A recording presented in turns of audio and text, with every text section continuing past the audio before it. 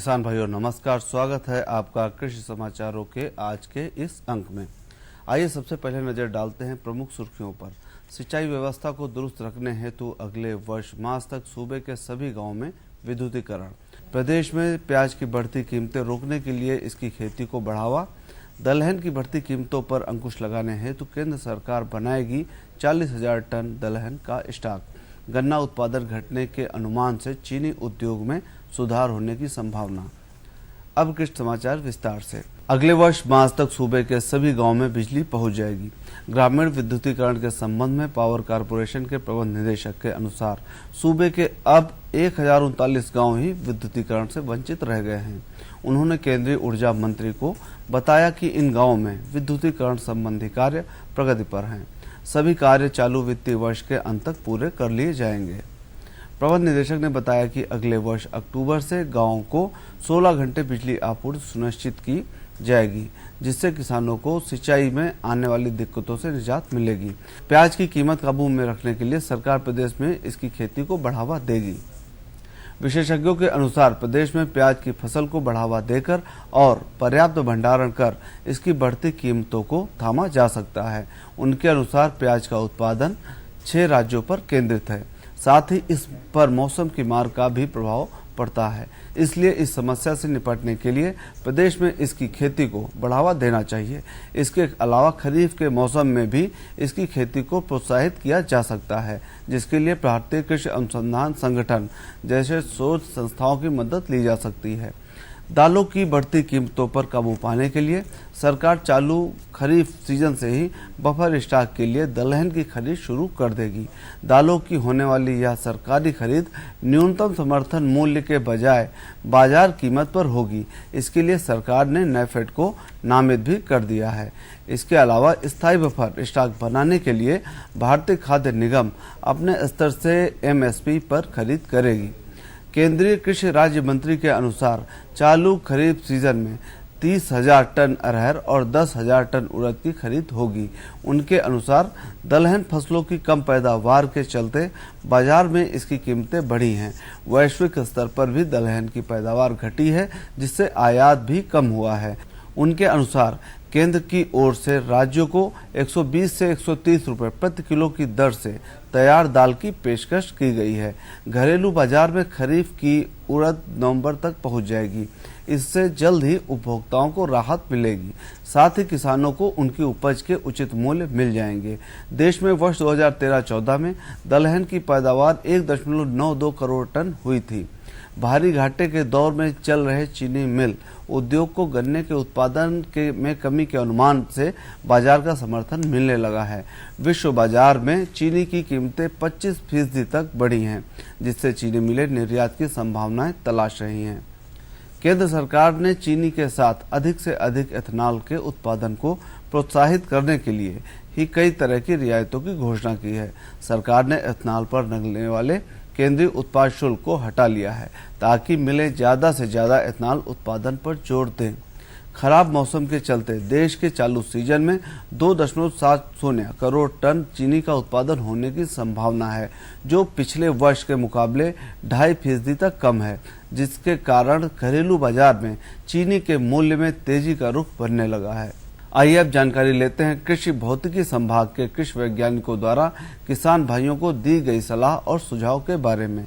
किसान भाइयों, गंधी कीट बाली की दुग्धावस्था में तथा सैनिक कीट बाली की परिपक्वता की अवस्था में लगता है, अतः इसकी रोकथाम हेतु फेनबैरलेट 0.04% धूल 20 से 25 किलोग्राम का प्रति हेक्टेयर की दर से सुबह के समय बुरकाव करें। देर से बोए गए धान में बाली बनते समय नत्रजन की चौथाई मात्रा यूरिया से टॉप ड्रेसिंग करें। टॉप ड्रेसिंग करते समय खेत में पर्याप्त नमी का होना आवश्यक है। गेहूं की असिंचित दशा में बुआई का समय अक्टूबर का द्वितीय पक्ष है, अतः गेहूं की क्षेत्रवार संस्तुत प्रजातियों जैसे HD 2888, के 9351, के 9644, के 9485 व के 8962 के बीज की व्यवस्था करें। रबी मक्का की संकर प्रजातियों जैसे PMH3, HQPM1, सीडटेक 2324, शक्तिमान 1 तथा संकुल किस्में जैसे शहद मणि, शक्ति 1 के बीज की व्यवस्था करें। चने की संपूर्ण उत्तर प्रदेश हेतु देसी संशोधित प्रजातियों जैसे पूसा 256, KWR 108, DCP 92 आदि के बीज की व्यवस्था करें। जिन किसान भाइयों के खेत खाली हों तथा उनमें पर्याप्त नमी भी हो, उसे शीघ्र तैयार कर शरदकालीन गन्ने की बुआई करें। खेत की तैयारी करते समय उसमें जैविक कंपोस्ट तथा गोबर की खाद का प्रयोग अवश्य करें। खरपतवार नियंत्रण के लिए एट्राजीन 2 किलोग्राम प्रति हेक्टेयर की दर से बुआई के 3 दिनों के अंदर स्प्रेयर से छिड़काव करें। बीज आलू के उत्पादन हेतु संपूर्ण कंद की बुआई सुनिश्चित करें। मटर की मध्य एवं पिछेती किस्मों जैसे आजाद मटर 1, आजाद मटर 2, जवाहर मटर 83, P3 आर्किल आदि की बुआई करें। बैंगन तथा गोभी की खड़ी फसल में 50 किलोग्राम यूरिया प्रति हेक्टेयर की दर से टॉप ड्रेसिंग करें। सब्जियों में मल्चिंग व टपक सिंचाई करें। केले की खेती में 100 से 125 ग्राम DAP उर्वरक प्रति पौध हल्की गुड़ाई कर मिट्टी में मिलाएं तथा बनाना बीटल रोग का नियंत्रण करें और 7 से 10 दिनों के अंतराल पर आवश्यकता अनुसार सिंचाई करें। किसान भाइयों, कृषि समाचारों के बाद आइए नजर डालते हैं प्रदेश की प्रमुख कृषि मंडियों के औसत भाव पर।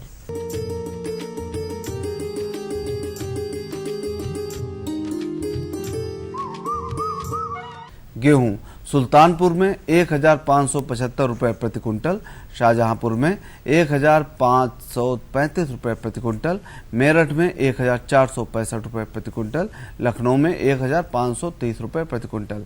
चना सुल्तानपुर में 5275 रुपए प्रति क्विंटल, शाहजहांपुर में 5020 रुपए प्रति क्विंटल, मेरठ में 3850 रुपए प्रति क्विंटल, लखनऊ में 5300 रुपए प्रति क्विंटल।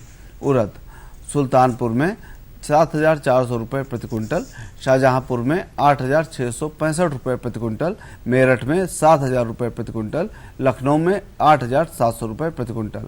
मसूर सुल्तानपुर में 6350 रुपए प्रति क्विंटल, शाहजहांपुर में 6960 रुपए प्रति क्विंटल, मेरठ में 6500 रुपए प्रति क्विंटल, लखनऊ में 7250 रुपए प्रति क्विंटल।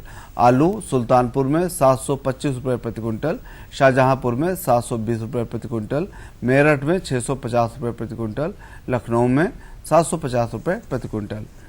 प्याज सुल्तानपुर में 2800 रुपए प्रति क्विंटल, शाहजहांपुर में 2600 रुपए प्रति क्विंटल, मेरठ में 2430 रुपए प्रति क्विंटल, लखनऊ में 3500 रुपए प्रति क्विंटल। बैंगन सुल्तानपुर में 1000 रुपए प्रति क्विंटल, शाहजहांपुर में 660 रुपए प्रति क्विंटल, मेरठ में 680 रुपए प्रति क्विंटल, लखनऊ में 700 रुपए प्रति क्विंटल। टमाटर सुल्तानपुर में 1800 रुपए प्रति क्विंटल, शाहजहांपुर में 1640 रुपए प्रति क्विंटल, मेरठ में 1380 रुपए प्रति क्विंटल, लखनऊ में 1800 रुपए प्रति क्विंटल। अदरक सुल्तानपुर में 3850 रुपए प्रति क्विंटल, शाहजहांपुर में 3500 रुपए प्रति क्विंटल, मेरठ में 3650 रुपए प्रति क्विंटल, लखनऊ में 3550 रुपए प्रति क्विंटल। लहसुन सुल्तानपुर में 7400 रुपए प्रति क्विंटल, शाहजहांपुर में 4000 रुपए प्रति क्विंटल, मेरठ में 2550 रुपए प्रति क्विंटल, लखनऊ में 7800 रुपए प्रति क्विंटल। सेब सुल्तानपुर में 5900 रुपए प्रति क्विंटल, शाहजहांपुर में 4105 रुपए प्रति क्विंटल, मेरठ में 2500 रुपए प्रति क्विंटल, लखनऊ में 5700 रुपए प्रति क्विंटल। केला सुल्तानपुर में 1600 रुपए प्रति क्विंटल, शाहजहांपुर में 1780 रुपए प्रति क्विंटल, मेरठ में 905 रुपए प्रति क्विंटल, लखनऊ में 2300 रुपए प्रति क्विंटल। तो किसान भाइयों, ये थे आज के अंक के कृषि समाचार और मंडी भाव। अगले अंक में फिर उपस्थित होंगे, तब तक के लिए नमस्कार।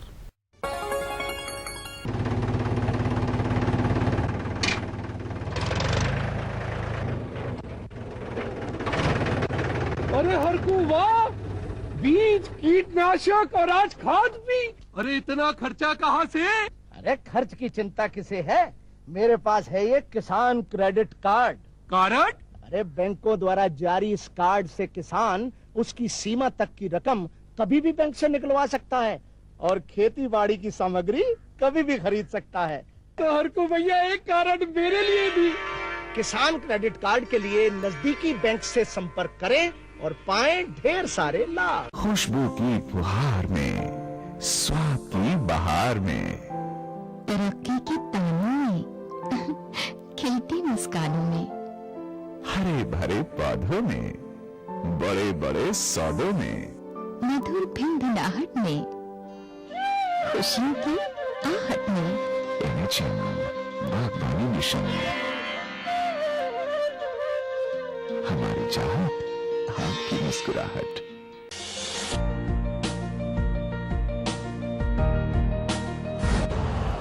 यूरिया का स्वदेशी उत्पादन 70 लाख टन बढ़ाने के लिए 6 उर्वरक संयंत्रों का उद्धार किया जा रहा है। FCIL के गोरखपुर, सिंदरी, तलचर और रामागुंडम संयंत्र, HFCL की बरौनी इकाई और BVFCL की नामरू फोर्थ। सोने पर सुहागा ये है कि देश में अब बनेगा सिर्फ नीम लेपित यूरिया, क्योंकि इससे होगा किसानों का फायदा ही फायदा। अनाज का उत्पादन 10% तक बढ़ेगा। बढ़ेगी 10 से 15% नाइट्रोजन क्षमता।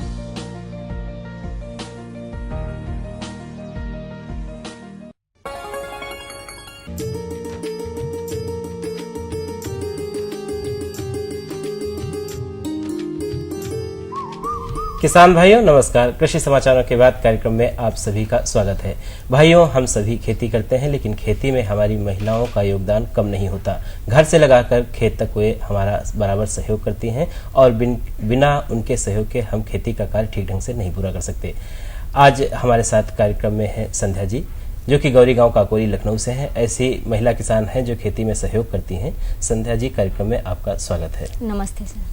संध्या जी, ये बताइए कि आप किस तरह से खेती में सहयोग करती हैं? कहाँ कहाँ पर वो बिंदु हैं जिन पर आप खास काम करती हैं? सुबह खाना बनाते हैं, बच्चे स्कूल जाते हैं। हाँ। वो आदमी लोग जैसे घर से बाहर खेत पे चले जाते हैं, तो वहाँ से जो कोई चीज बीज लाते हैं यहाँ, तो घर में रख के सुखाते हैं। कहने का मतलब है कि जो खेत से अनाज या बीज लाते हो आप उसका रख रखाव करते हैं? हाँ, रख रखाव करते हैं। इसके साथ भोजन पानी का भी तो प्रबंध करती हैं? जी, सब करते हैं। भोजन भी बनाती हैं? जी, खाना भी बनाते हैं। कहने का मतलब यह है कि आपके जो किसान हैं वो घर पे खेत में काम करते हैं, लेकिन आप घर पे काम करके उनका सहयोग करती हैं। सुबह उनको नाश्ता देना है, दोपहर को भोजन देना, इस तरह से आप सहयोग करती हैं। जी। संध्या जी, एक चीज और बताइए कि आप घर में तो काम करती ही करती हैं और सभी महिलाएं करती हैं, खेत में कितना योगदान रहता है? कटाई के समय या रुपाई के समय, निराई के समय क्या क्या काम करती हैं खेत में आप? सब साथ में जाते हैं, कभी देखते हैं, देखभाल करते हैं, खेती करते हैं। अच्छा। साथ में जैसे कटाई का समय हुआ तो साथ में कटाई भी करती होंगी? हाँ, कटाई भी करते हैं, साथ में कटाई भी करते हैं। जी। बंधाई भी करती हैं? जी, बंधाई भी करते हैं। निराई भी करती होंगी? निराई भी करती हैं। कहने का मतलब कि जितने काम हैं वो आप सब खेतों में भी करती हैं, कटाई, बंधाई, निराई सब कुछ करती हैं। जी। संध्या जी, ये बताइए कि आप खेत की निगरानी करती हैं? जी, करते हैं। सुबह शाम दोनों टाइम खेत जाते हैं। अच्छा, सुबह शाम दोनों टाइम खेत जाती हैं? जी। देखती रहती हैं कि कोई बीमारी या कोई? हाँ, कोई कीड़ा तो नहीं लगा है या कुछ रोग तो नहीं है, तो पानी की देखभाल के लिए बताना। जी, बहुत बढ़िया बात। अगर पुरुष खेत में नहीं पहुंचते, मान लो किसी खेत में काम कर रहे हैं, दूसरे खेत में नहीं पहुंच रहे हैं, तो आप दूसरे खेत में जाके उसकी निगरानी करती है कि कोई रोग नहीं है, बीमारी नहीं है, पानी की कमी तो नहीं है? कमी तो नहीं है। जी। संध्या जी, इसके अलावा एक चीज और कि हमारा जो पशुपालन है, जानवर जो है हमारे, वो बहुत कुछ महिलाओं पर निर्भर करते हैं कि महिलाएं जितनी ज्यादा सक्रिय रहती हैं, जानवर उतने अच्छे होते हैं, उतना ज्यादा दूध देते हैं। आपका जानवरों के मामले में क्या कार्य रहता है? आदमी तो बाहर से चारा ले आते हैं, घर में काटना है, जानवर को चारा देना है, पानी देना है और छाया में बांधना है। जब धूप आ गई तो फिर छाया में करना है, या ठंडी है तो धूप में करना है। जी। ये सब काम करते हैं। कहने का मतलब है कि आदमी खेत में काम करते हैं, लेकिन पशुपालन के लिए महिलाओं को सक्रिय होना जरूरी है। आप पूरी देखरेख करती हैं। ये तो बात होगी बड़े पशुओं की, लेकिन पशुओं में जो छोटे बच्चे होते हैं उनकी महिलाएं खास करके देखभाल करती हैं, वो कैसे करते हैं आप?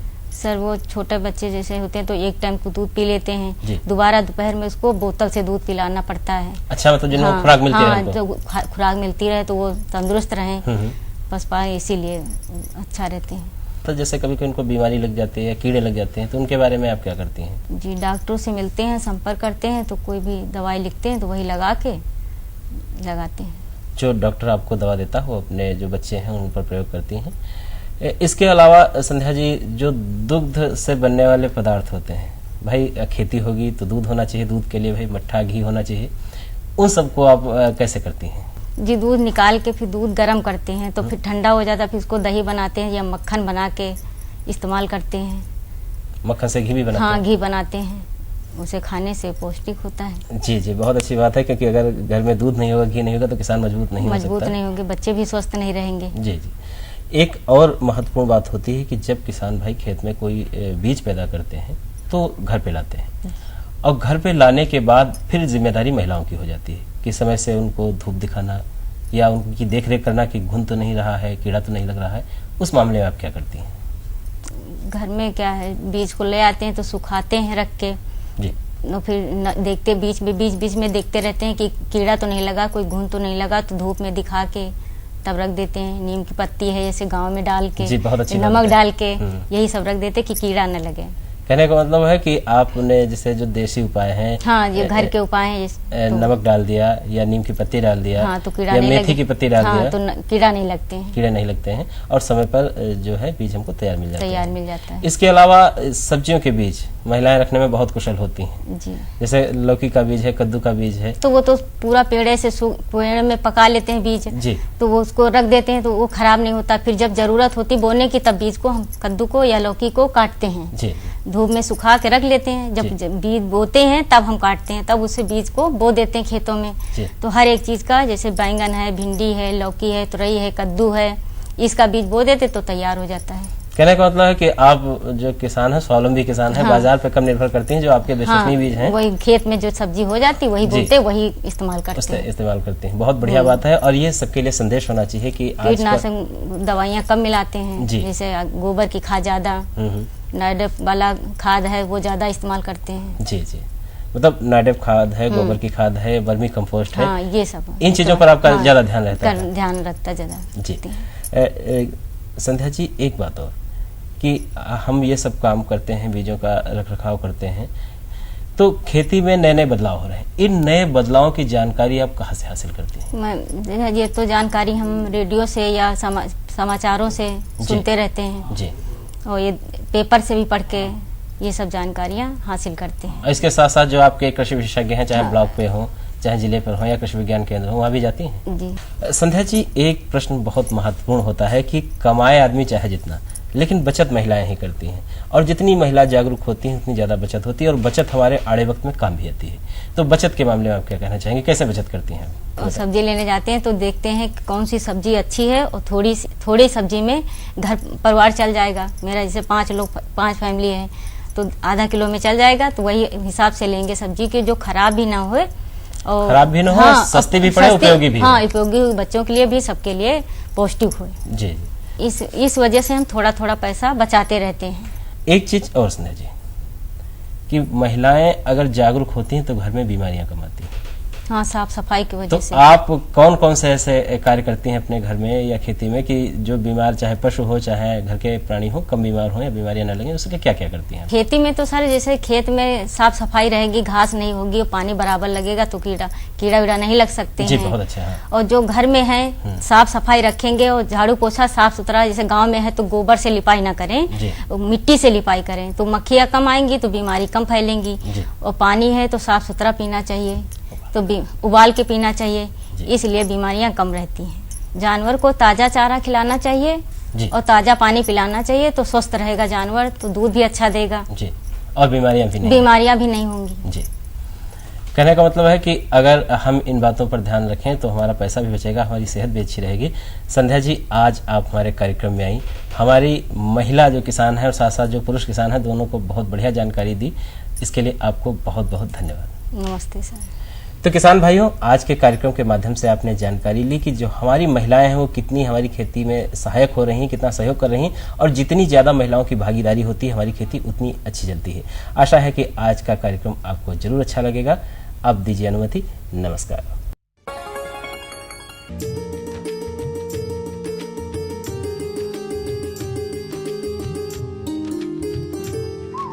किसान भाइयों, हम अपने पशुओं के लिए जो है हरे चारे की व्यवस्था करते हैं, या फिर नाद में उनके लिए जो है आहार व्यवस्था करते हैं, भूसा या आटे को मिलाकर, या फिर जो है चरी वगैरह की व्यवस्था करते हैं। लेकिन कहीं ना कहीं उनको जो है पोषक तत्व जो प्राप्त होने चाहिए वो नहीं मिल पाते हैं। इसीलिए जो है वो पशुओं के लिए पोषण हेतु जो है पशु चॉकलेट का निर्माण किया गया है, ताकि जो पोषक तत्व उनको आहार से नहीं मिल पा रहे हैं वो इस चॉकलेट से प्राप्त होंगे। तो आज के अंक में इसी विषय पर बातचीत करेंगे, उस विषय को विस्तार से बताने के लिए हमारे साथ हैं पशु चिकित्सा अनुसंधान संस्थान बरेली से डॉक्टर पुतान सिंह जी। आप जो ये ईंट देख रहे हैं, ये ईंट नहीं है, ये पशुओं के लिए पशु चॉकलेट बनाया गया है, जिसमें बहुत से पशुओं के आवश्यकता अनुसार तत्व डाले गए हैं और इसमें बहुत से माइक्रोन्यूट्रिएंट्स भी हैं, सूक्ष्म मात्रा में जिनकी आवश्यकता होती है पशुओं का। और इस प्रकार किसान भाई हमारे इस पशु चॉकलेट को एक मशीन भी हम लोगों ने डेवलप किया है या विकसित की है। उस मशीन से इस पशु चॉकलेट को अपने गांव स्तर पे भी एक लघु उद्योग के रूप में विकसित कर सकते हैं। और इस पशु चॉकलेट में 40% शीरा, 38% गेहूं का चोकर, 10% सीमेंट तथा 10% यूरिया मिलाते हैं। किसान भाई ये पशु चॉकलेट बनाने में सर्वप्रथम पानी की आवश्यकता होती है। कम से कम 2 किलो का पशु चॉकलेट बनाने के लिए 200 से 250 ml पानी की आवश्यकता होती है। फिर उसमें 10% यूरिया लेते हैं। इसके पश्चात 10% ही सीमेंट की आवश्यकता होती है। तो सीमेंट को बाइंडर के रूप में यूज किया जाता है, जिससे कि ये ईंट जो है जानवर इसको काट के ना खा सके, इसको केवल चाटे। और इसके पश्चात हम इसमें मिनरल मिक्सचर 50 ग्राम लेते हैं करीब, और इसको अच्छी तरीके से घोल लेते हैं। और फिर इसमें 40% जो है मोलेसेस मिलाते हैं और इसके पश्चात 38% जो है ये गेहूं का चोकर मिलाते हैं और इसको अच्छी प्रकार मिला करके और इसका ये मशीन जो तैयार की गई है, इससे पशु चॉकलेट बना लेते हैं।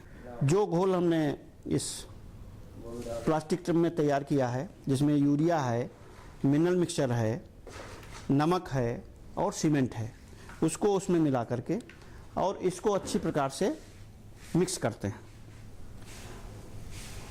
और ये अच्छी प्रकार से मिक्स हो जाए, उसके पश्चात इसको फीड ब्लॉक बनाने वाली मशीन में रख करके और ये पशु चॉकलेट तैयार कर देते हैं। और ये गर्मियों के दिनों में 6 से 7 दिन में सूख जाता है और जाड़े के दिनों में थोड़ा 8 से 10 दिन इसको जो है सूखने में लगते हैं। और इसके पश्चात इसको जो फीड ब्लॉक मेकिंग मशीन है, इसमें डाल करके और ये ब्रिक या पशु चॉकलेट तैयार कर लेते हैं। फिर इसको सूखने के लिए रखते हैं धूप में। गर्मियों में तो ये 4-5 दिन में ही सूख करके तैयार हो जाता है। जाड़े में धूप कम होती है, इसलिए इसको जो है 8 से 10 दिन तक सुखाना पड़ता है।